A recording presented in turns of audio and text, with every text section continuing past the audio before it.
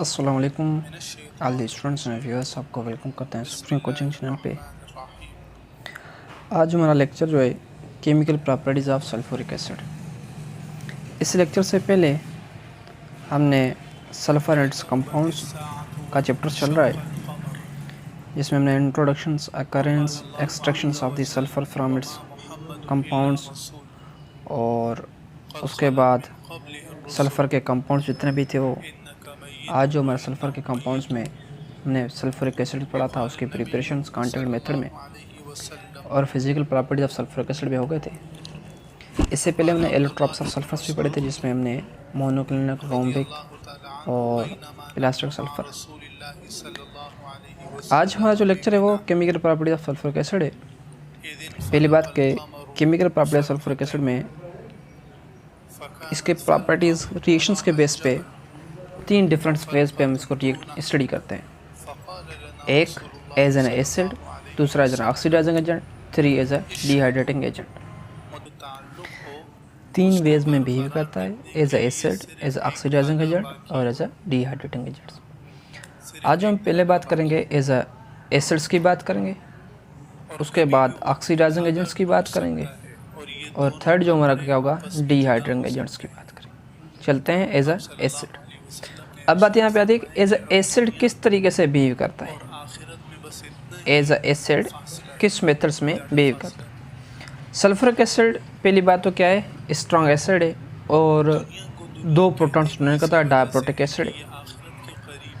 जाहिर सी बात है, अगर एसिड है तो किसके साथ रिलेट करेगा। एसिड वो कंपाउंड्स होंगे जो बेस के साथ रिलेट करेगा, साल्ट बनाए। तो ये अल्कलीज जितने भी सोल्यूशन है उनके साथ रिलेट करता है और साल्ट फॉर्मेशन कर देता है।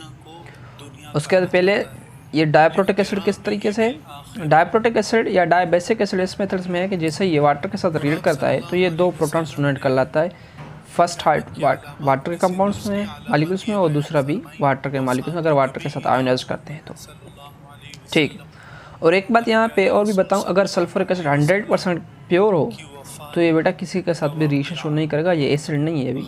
क्यों? क्योंकि ये आयोनाइज नहीं होगा। 100% sulphuric acid never will be ionised. ये बात भी आपके जहन में होनी चाहिए, क्योंकि बहुत सारे स्टूडेंट्स की यही ख्वाहिश होती है कि जितनी इसकी प्योरिटी ज़्यादा होती है उसकी रिएक्टिविटी ज़्यादा होती है। नहीं बेटा, अगर प्योरिटी ज़्यादा होगी तो उसकी रिएक्टिविटी इतनी ज़्यादा नहीं होती है, क्योंकि जैसे एसिड हमारे पास है जो सल्फ्यूरिक एसिड है, इसके अगर प्योरिटी की बात करें कि 100% प्योर हो तो इसकी आयोनाइजेशन एबिलिटी बिल्कुल ज़ीरो हो जाती है, वो आयोनाइज्ड नहीं होगा।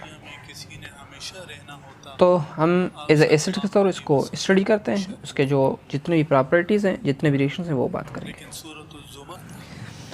ये जो मैंने लिखा है कि डायप्रोटिक एसिड। डायप्रोटिक एसिड का मतलब क्या है, क्योंकि di means two, protic means proton, means ये करता है डोनेट टू प्रोटॉन्स। ये करता है donate two protons in solution in reactions. किसी भी रिएक्शन में कितना प्रोटॉन होता है, दो प्रोटॉन्स डोनेट करता है। अब इसकी रिएक्शंस की बात करें किस तरह मेथड में, इसके रिएक्शन में हम आयोनाइजेशन रिएक्शन की बात करेंगे। Ionisation reactions, ionisation reaction. Ionisation reaction कहाँ पे, वाटर पे। हमारे पास ये क्या है, H2SO4 सल्फ्यूरिक एसिड, प्लस क्या है हमारे पास, वाटर H2O। तो डायरेक्टली क्या करता है, आयोनाइज होता है। आयोनाइज होते ही ये क्या बनता है, HSO4 minus plus H3O ion. ठीक है। और अगर से इसकी बात करें फिर ये फर्दर आयोनाइज होगा, कौन सा, HSO4 माइनस प्लस वाटर के साथ आयोनाइज होगा। तो मीन्स एक प्रोटॉन्स आप देखें, इसमें सल्फ्यूरिक एसिड दो प्रोटॉन्स, इसमें एक प्रोटॉन बचा है, मीन्स यहाँ पे इसने एक प्रोटॉन डोनेट किया है। अब दूसरा सल्फेट जो है किसके साथ, वाटर के साथ रिएक्ट कर रहा है, तो यहाँ पे ओनली इसके बाद क्या बच रहा है, सल्फेट 2 माइनस और plus hydronium ion H3O plus. Means अब देखें, एक हाइड्रोजन ये प्रोटॉन डोनेट किया, एक प्रोटॉन यहाँ पे डोनेट किया, मीन्स टोटल कितने प्रोटॉन, 2। तो उस वजह से हम इसको क्या बोलते हैं, डायप्रोटिक एसिड बोलते हैं। डायप्रोटिक एसिड और डायबेसिक एसिड भी हम इसको बोलते हैं। दोनों में से आप कोई भी नाम दे सकते, डायप्रोटिक एसिड या डायबेसिक एसिड, ये दोनों का नेम सेम ही है, ठीक है। और उसके बाद ये तो हो गया इसका आयोनाइजेशन रिएक्शंस। अब यहाँ पे आपको समझ में आएगा ये जो सल्फ्यूरिक एसिड ये 2 प्रोटॉन्स डोनेट करेगा किसी भी रिएक्शंस के अंदर। बात करते हैं अल्कली सॉल्यूशंस के अंदर, अल्कलीज में किस तरीके से रिएक्ट करेगा वो भी देखते हैं। अल्कलीज के साथ किस तरीके से रिएक्ट करेगा और मेटल ऑक्साइड्स के साथ किस तरीके से रिएक्ट करेगा। अब यहाँ पे देखते हैं पहले अल्कलीज, उसके बाद मेटल ऑक्साइड्स। अल्कलीज हमारे पास सिंपल जो है सोडियम हाइड्रोक्साइड्स अल्कलीज है, रिएक्ट करता है किसके बाद सल्फ्यूरिक एसिड H2SO4। बिल्कुल आप लोगों को इसके रिएक्शंस यहाँ से भी समझ में आया होगा कि ये एक हाइड्रोजन डोनेट करेगा, एक प्रोटॉन डोनेट करेगा। अगर ये एक प्रोटॉन डोनेट कर रहा है तो एक प्रोटॉन डोनेट कर यहाँ पे क्या बन जाएगा वाटर, तो यहाँ पे सोडियम इसके साथ आ जाएगा, क्या बन जाएगा सोडियम हाइड्रोजन सल्फेट और प्लस वाटर, ठीक है। और अभी अगर दूसरा सोडियम हाइड्रोक्साइड मॉलिक्यूल से सोडियम हाइड्रोक्साइड एक्सेस में है तो ये क्या करेगा, जो इसके साथ सोडियम HSO4, अब ये अपना ये एसिड भी शो करेगा तो ये अपना दूसरा प्रोटॉन यहाँ पे डोनेट करेगा, तो क्या बन जाएगा सोडियम, पहले सोडियम हाइड्रोजन सल्फेट, अब सोडियम सल्फेट प्लस वाटर। तो मीन्स इसने कितने प्रोडक्ट्स डोनेट किए, 2 प्रोडक्ट्स डोनेट किए, और इसका रिएक्शंस का मेथड भी यही है, ठीक है। पहले sodium hydrogen sulphate, metal hydrogen sulphate और उसके बाद मेटल सल्फेट्स बनते। अगर मेटल ऑक्साइड्स की बात करें, मेटल ऑक्साइड्स मोस्टली क्या होते हैं, ये मेटल के ऑक्साइड्स बेस होते हैं, तो एसिड के साथ रिएक्ट करेंगे। हम बात करें किसका, magnesium oxides plus sulphuric acid H2SO4, तो ये क्या बनेगा मैग्नीशियम सल्फेट्स,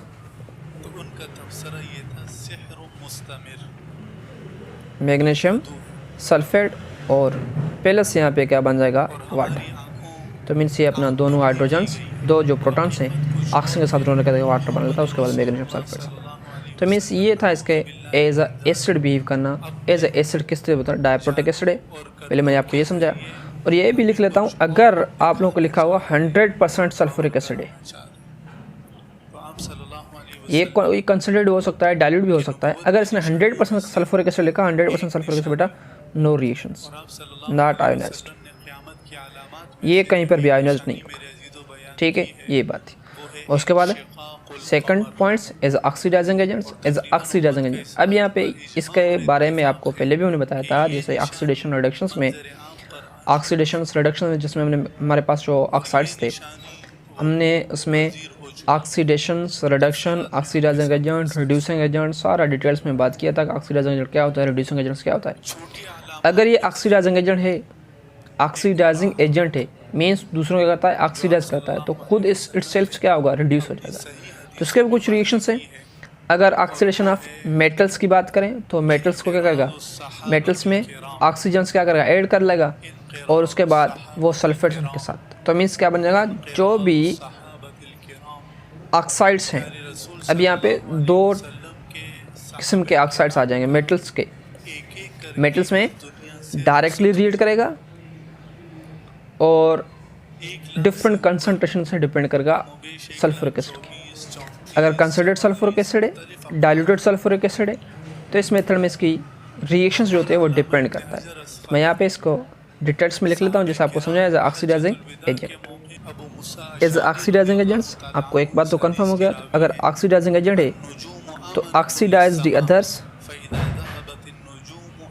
क्या करेगा, oxidise the others and reduce itself, itself क्या होगा, रिड्यूस हो जाएगा। ये आपको जहन में होनी चाहिए। अब जो यहाँ पे ऑक्सीडाइजिंग एजेंट्स है, जो इसकी ऑक्सीडाइजिंग एजेंट्स की प्रॉपर्टी है, मीन्स ऑक्सीडेशन प्रॉपर्टी जो इसकी है, ऑक्सीडाइजिंग प्रॉपर्टीज सल्फ्यूरिक एसिड की डिपेंड करता है फर्स्ट कंसंट्रेशन पे, सेकंड और नेचर ऑफ मेटल्स पे,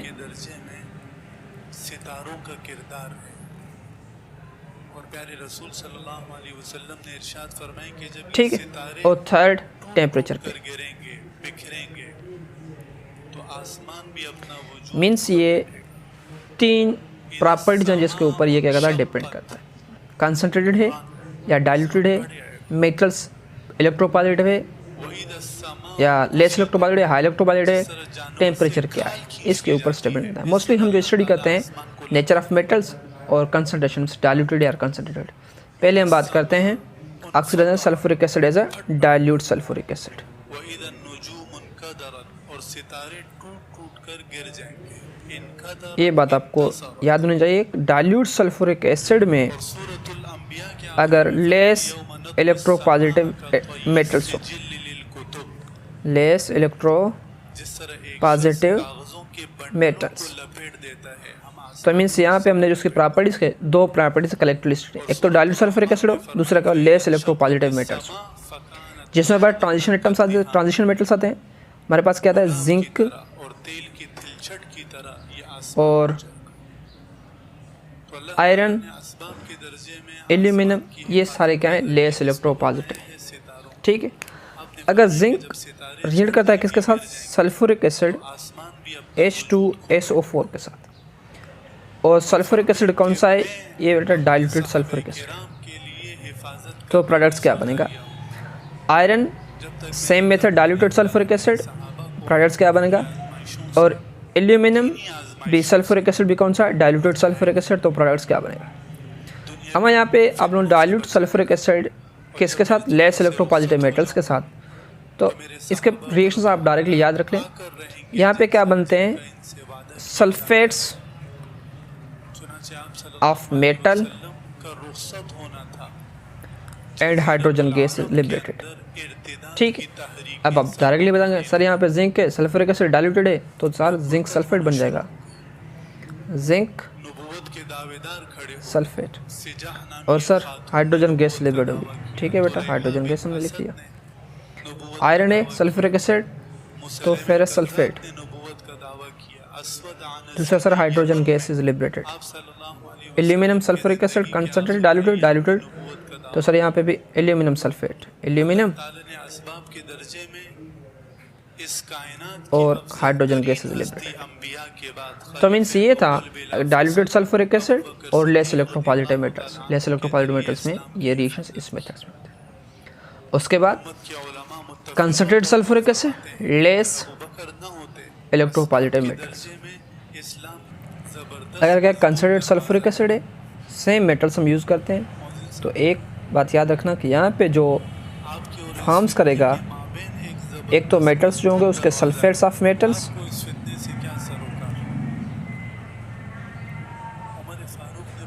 sulphates of metals and liberate sulphur dioxide instead of hydrogen gas. Hydrogen gas की वजह पे सल्फर डाइऑक्साइड रिलीज करेंगे।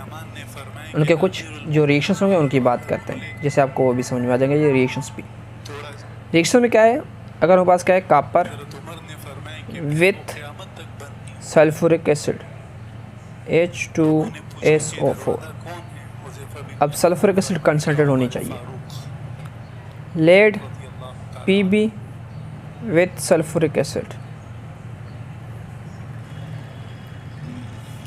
Aluminium with sulphuric acid. ये बात याद रखना कि यहाँ पे ये क्या है, कंसंट्रेटेड सल्फ्यूरिक एसिड। ये सारे जो सल्फ्यूरिक एसिड यहाँ पे मैं रिएक्शन लिखा है, ये क्या है, कंसंट्रेटेड सल्फ्यूरिक एसिड। ठीक है। कॉपर के साथ सल्फ्यूरिक एसिड के साथ रिएक्ट करेगा। कॉपर मीन्स क्या बना, sulphates of metal and sulphur dioxides. आपको कुछ भी नहीं लिखना, सिंपली ये रखें, कॉपर सल्फेट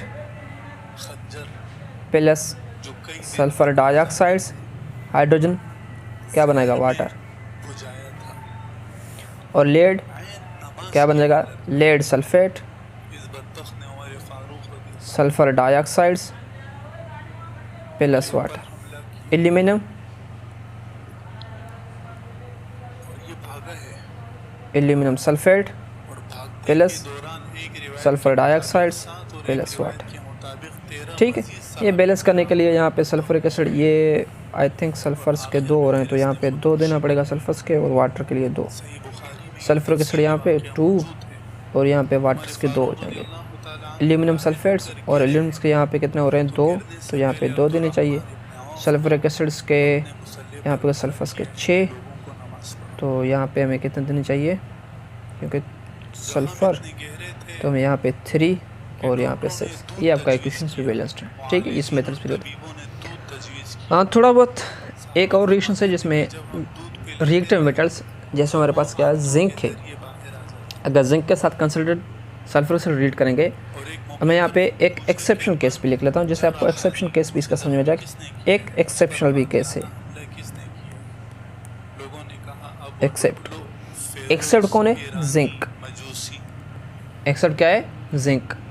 जिसे रिएक्टिव मेटल्स होंगे सल्फर के कंसंट्रेटेड सल्फर के साथ रिएक्ट करेंगे, तो यहाँ पे जिंक जो है हाइड्रोजन सल्फेट्स बनाएगा।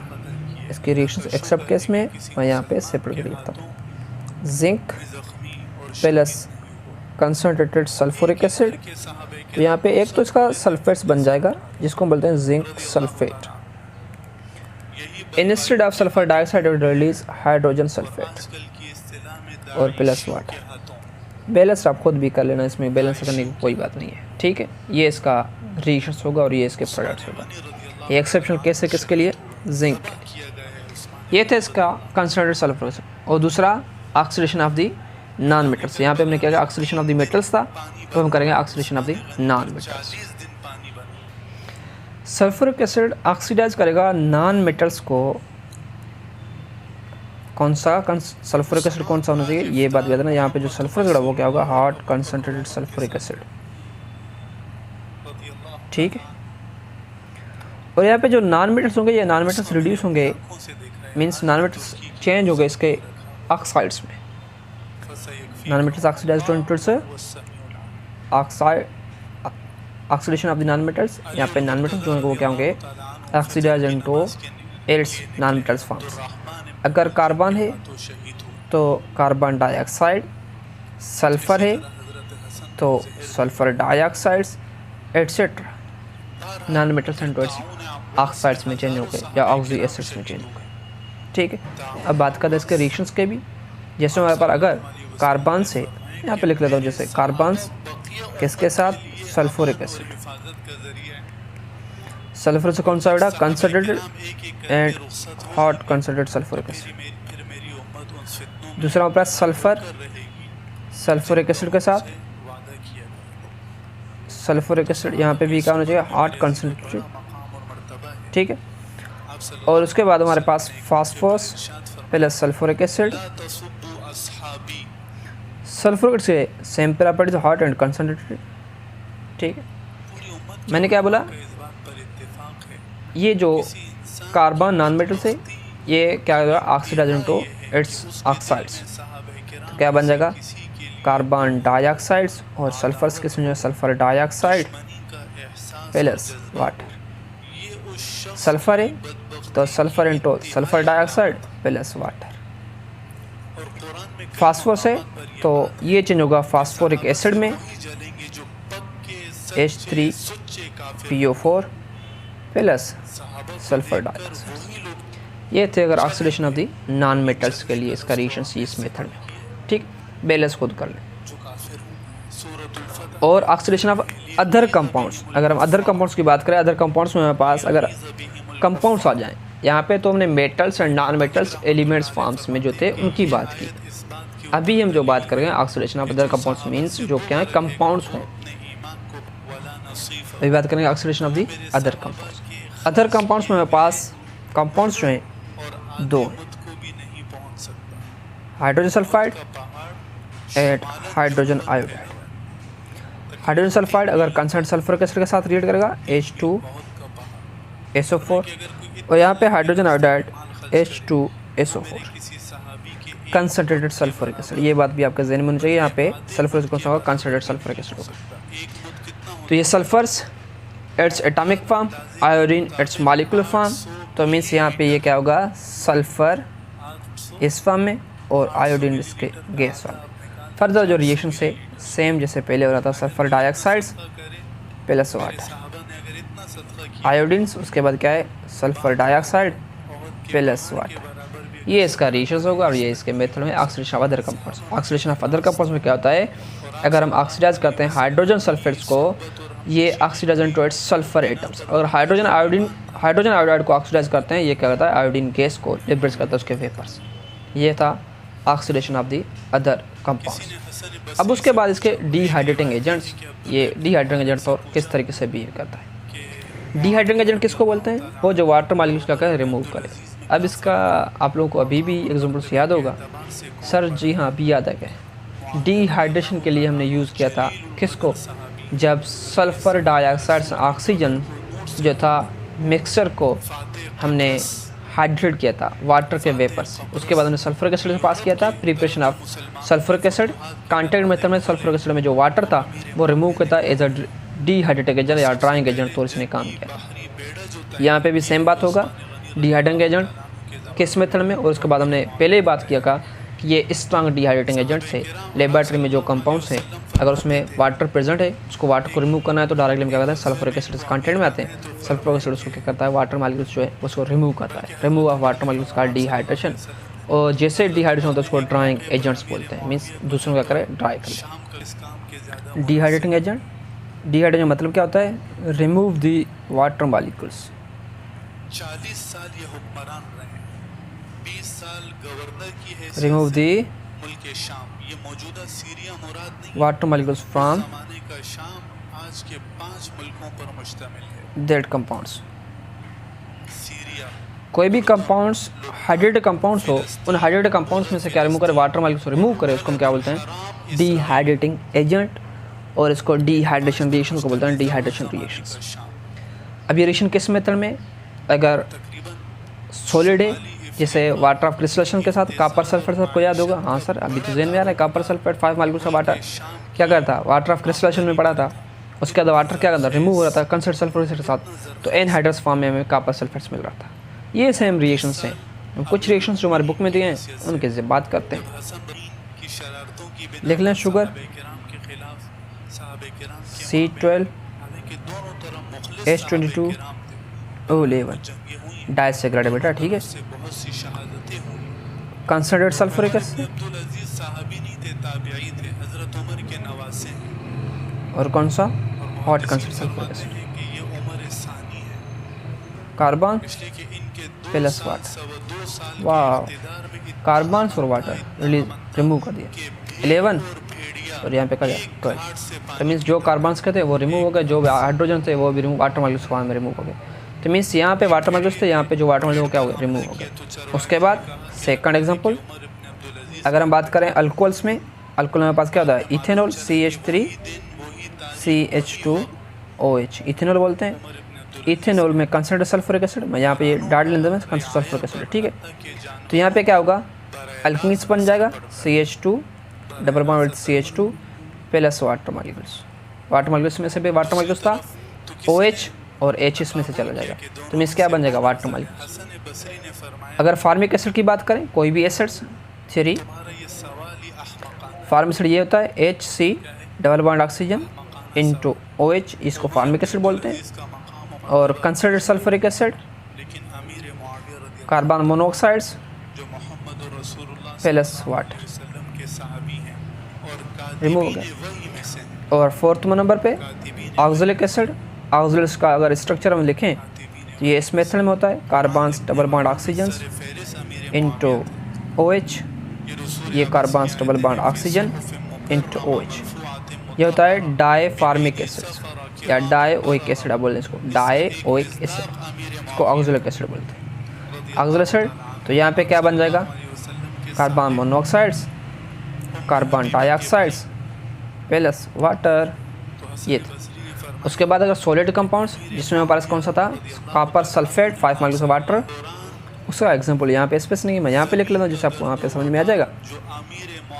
क्या था, copper sulphate 5 molecules of water, ठीक है। ये क्या था, वाटर ऑफ क्रिस्टलाइजेशन, जिसमें क्रिस्टल के साथ मिलकर ये वाटर पाउडर फॉर्म से सल्फर, कॉपर सल्फेट था मिलता है, उसके क्या क्रिस्टल बनता है, इसको वाटर ऑफ क्रिस्टलाइजेशन बोलते हैं। अगर यहाँ पे क्या हो जाए, कंसनट्रेटेड सल्फरिक एसिड हम ऐड कर लें, कंसनट्रेटेड सल्फरिक एसिड यहाँ पे क्या बन जाएगा, कॉपर सल्फेट और प्लस वाटर मालिक्यूल्स रिमूव हो जाए। मीन्स के इसमें से कंसर्ड सल्फर एसिड का काम क्या है, यहाँ पे डिहाइड्रेटिंग एजेंट तो भी काम करता है। अगर आपको याद हो ड्राइंग टावर का मैं यहाँ पे भी एग्जांपल लिख लेता हूँ जिससे आपको समझ में आ जाए।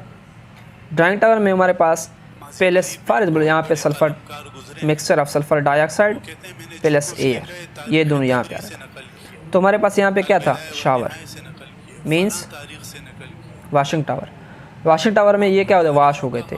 उसके बाद हमने डायरेक्टली किसके साथ इसको रिएक्ट करवाया था, सल्फ्यूरिक एसिड्स के वेपर्स में से। जैसे सल्फर से वेपर्स यहाँ पे आ रहे थे तो इसको क्या किया, सल्फर डाइऑक्साइड्स एंड ऑक्सीजन क्या होता है, ड्राई हो रहा है। तो मीन्स सल्फ्यूरिक एसिड यहाँ पे काम किया, यहाँ पे तो वाटर था और यहाँ पे क्या था, सल्फ्यूरिक एसिड। ठीक है, तो ये क्या था, डिहाइड्रेटिंग एजेंट तौर भी काम करता है। यही था आज के लेक्चर्स में, और अभी इसके यूजेस हैं, यूज़ की बात करेंगे। और पहले बुक में जो लिखा हुआ है वो स्टडी करते हैं कि बुक में मैंने कोई पॉइंट्स छोड़ा तो नहीं है, और अगर यहाँ पे समझना है इंशाल्लाह वहाँ पे आपको समझ आ जाए। Chemical property of sulphuric acid behave as in 3 ways, 3 different ways. 3 different कौन से हैं, acid, oxidising agent, dehydrating agents.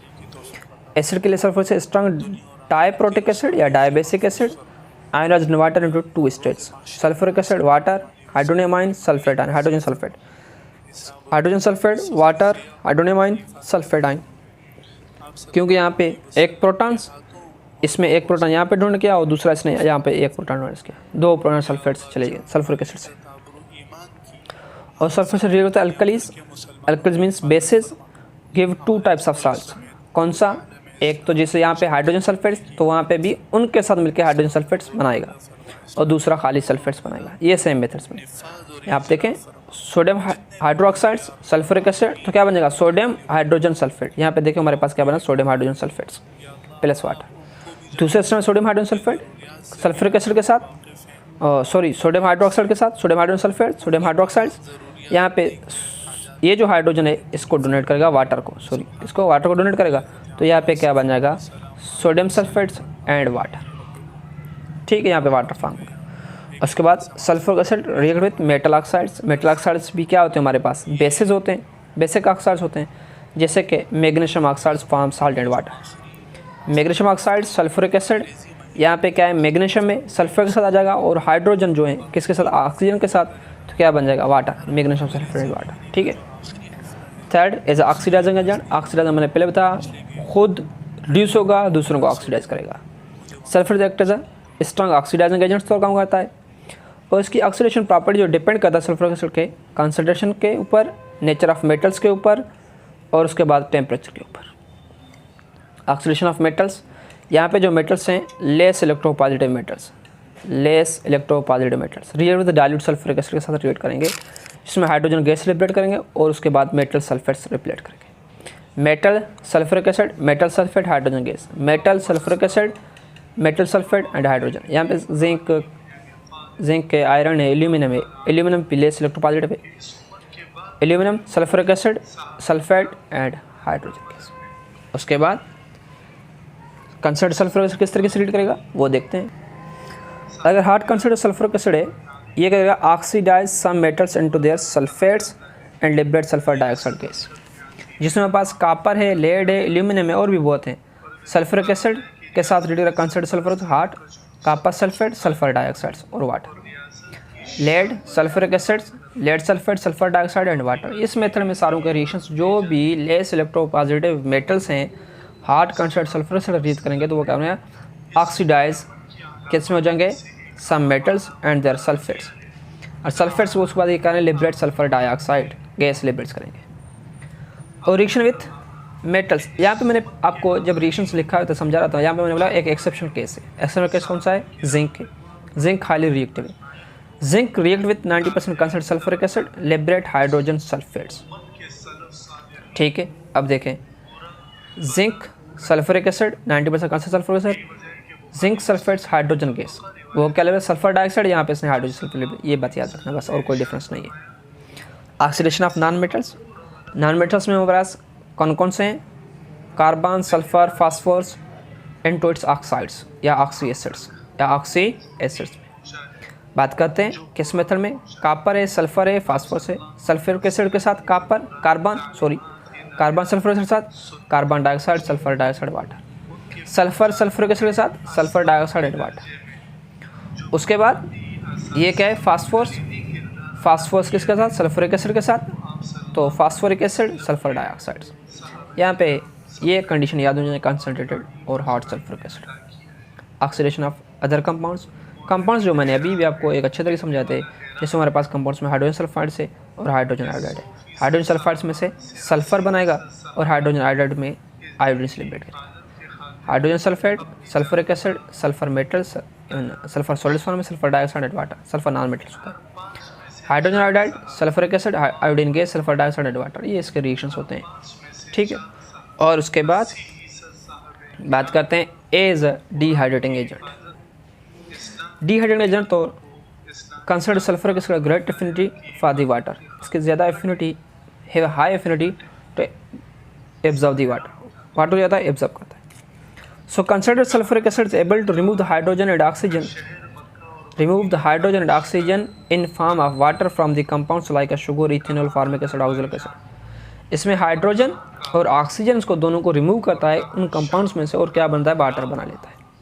अब यहाँ पे आप देखें कार्बन्स, हाइड्रोजन एंड ऑक्सीजन, ये कार्बन्स को एज लीव करेगा और उसके बाद जो यहाँ पे हाइड्रोजन और ऑक्सीजन इन दोनों को क्या करेगा, इन दोनों में से क्या रिमूव करेगा हाइड्रोजन ऑक्सीजन को इन फॉर्म ऑफ वाटर। अब देखें यहाँ पे वाटर के फॉर्म में रिमूव किया। उसके बाद इथेनॉल में हाइड्रोजन एंड ऑक्सीजन, यहाँ पे से एक हाइड्रोजन, तो क्या बन जाएगा, वाटर्स, ठीक है। फार्मिक एसिड, हाइड्रोजन और OH क्या बन जाएगा, वाटर। और उसके बाद यहाँ पे हमारा कार्बन मोनोऑक्साइड, ठीक है। अब देखें इसमें कार्बन मोनोऑक्साइड क्यों है, इसमें कार्बन डाइऑक्साइड क्यों है, अब ये मैं आपको बात बता देता हूँ। अब देखें इसमें यहाँ पे एक OH और एक H प्लस OH, बेटा क्या हो गया, वाटर। और उसके बाद यहाँ पे बच के रहता है एक कार्बन मोनोऑक्साइड, तो ये एक कार्बन मोनोऑक्साइड होगा, ये बात याद रखना थोड़ा सा। अब यहाँ पे दूसरा OH एंड H, ये तो वाटर हो गया, वाटर यहाँ से रिमूव होगा इस मेथड। अब उसके बाद यहाँ पे ये कार्बन मोनोऑक्साइड फॉर्म में आ जाएगा और इसके कार्बन के 2 ऑक्सीजन, तो ये कार्बन डाइऑक्साइड के फॉर्म से, ये इसका oxalic acid. Copper sulphate 5 micros of water means copper sulphate pentahydrated, blue hydrated. और कंसिडर सल्फर एसिड साथ, तो वाइट एनहाइड्रस, वाटर रिमूव हो जाएगा। अब उसके एक बेहतरीन points, use of sulphuric acid. Sulphuric acid को किसी भी कंट्रीज़ की डेवलपमेंट हम सल्फ्यूरिक एसिड के कंजम्पशन से मेजर करते हैं। जितने कंजम्पशन सल्फ्यूरिक एसिड कंज्यूम करता है उसकी डेवलपिंग ग्रोथ उतनी ज़्यादा होती है, क्योंकि सारे कंट्रीज़ जितने भी हैं उनकी डेवलपमेंट, उनकी ग्रोथ, GDP की जो ग्रोथ होती है वो किस पे डिपेंड करता है, वो डिपेंड करता है इंडस्ट्रियलाइजेशन पे। जितनी इंडस्ट्रियलाइजेशन ज़्यादा होगी उतना उसमें पॉवर्टी कम होगी। तो यहाँ पे भी सल्फ्यूरिक एसिड उन कंपाउंड्स में से जिसमें क्या मेजर किया जाता है, इसको किंग ऑफ कंपाउंड्स भी कहा जाता है। और जितनी सल्फ्यूरिक एसिड कंजप्शन ज़्यादा होगी उतनी उस कंट्री की डेवलपमेंट भी ज़्यादा होती है, ठीक है। तो मीन्स इंडस्ट्री में सल्फ्यूरिक सबसे ज़्यादा यूज़ होती है। Use of sulphuric acid is a most important chemical compounds and extensively used in industries. The progress and prosperity of any nation can be estimated in terms of amounts of sulfuric acid consumed annually। Annually जितना भी sulphuric acid consume किया जाता है उसमें से हम क्या कहते हैं, इसकी उस कंट्रीज़ की जो ग्रोथ होती है उसको हम एस्टिमेट करते हैं, कैलकुलेट करते हैं, ठीक है। It is therefore barometer of industrial and economical progress of the country. It is important use as a follows. यहाँ पे कुछ एग्जाम्पल्स हैं। It is use in manufacture of fertilisers. हमने इंडस्ट्री की बात करा तो फर्टिलाइजर ना हो ये हो ही नहीं सकता। फर्टिलाइजर में इसके 2 मेन फर्टिलाइजर होते हैं, एक को सुपर फास्फेट बोलते हैं और दूसरा क्या है, अमोनियम सल्फेट्स। सुपर फास्फेट्स में क्या होता है, calcium dihydrogen sulphates, calcium dihydrogen sulphate, dihydrogen phosphate sorry, ठीक है। इस मेथड्स में कैल्शियम्स डाइहाइड्रोजन फास्फेट्स और ammonium sulphates. It is use in the manufacturing of rayon, paper, plastic, detergents वगैरह इसमें भी यूज़ किया जाता है। और सिंथेटिक फाइबर्स जितने भी ये भी सल्फ्यूरिक एसिड से प्रिपेयर करते हैं। It is use in the manufacturing of paints, pigments वगैरह। It is use in cellulose films, all kinds of man made fibres वगैरह। और steel pickling, cleaning, dehydrating, drying reactions, oxidation reactions. और उसके बाद motor batteries में lead accumulator के तौर use करते हैं, lead accumulator, refining of metals by electrolysis, बहुत सारे और भी यूज़ हैं, रिफाइनिंग ऑफ पेट्रोलियम। ये जो है चैप्टर जैसे कि ओर्स ऑफ द मेटल्स पढ़ेंगे, उसमें से हम किस तरीके से एक मेटल्स को उनके और से लिबरेट करते हैं, सेपरेट करते हैं, तो वहाँ पे हम क्या यूज़ करेंगे, एज अ लेड यूज़ करेंगे। लेड भी क्या करेंगे वहाँ पे, और सॉरी सल्फ्यूरिक एसिड भी यूज़ करेंगे, ठीक है। उसके बाद रिफाइनिंग ऑफ पेट्रोल के लिए सल्फ्यूरिक एसिड। ये चैप्टर अपने इख्तिताम पे पहुँचा, और जो नेक्स्ट चैप्टर होगा हमारा चैप्टर नंबर 5 और हेलोजेंस, जिसमें सारे हेलोजेंस को रेस्पेक्टिवली स्टडी करेंगे। थैंक यू, अल्लाह हाफिज़ आपके सपोर्ट के लिए। और आपको सिर्फ एक ही रिक्वेस्ट है, जिसने भी अभी तक चैनल सब्सक्राइब नहीं किया, चैनल सब्सक्राइब करें, अपने दोस्तों के साथ शेयर करें। इंशाल्लाह यहाँ पे आपको मैट्रिक केमिस्ट्री सिंटेक्स्ट कम्प्लीटली मिल जाएगा विद इन जून जुलाई के वीक्स के अंदर इंशाल्लाह। थैंक यू, अल्लाह हाफिज़।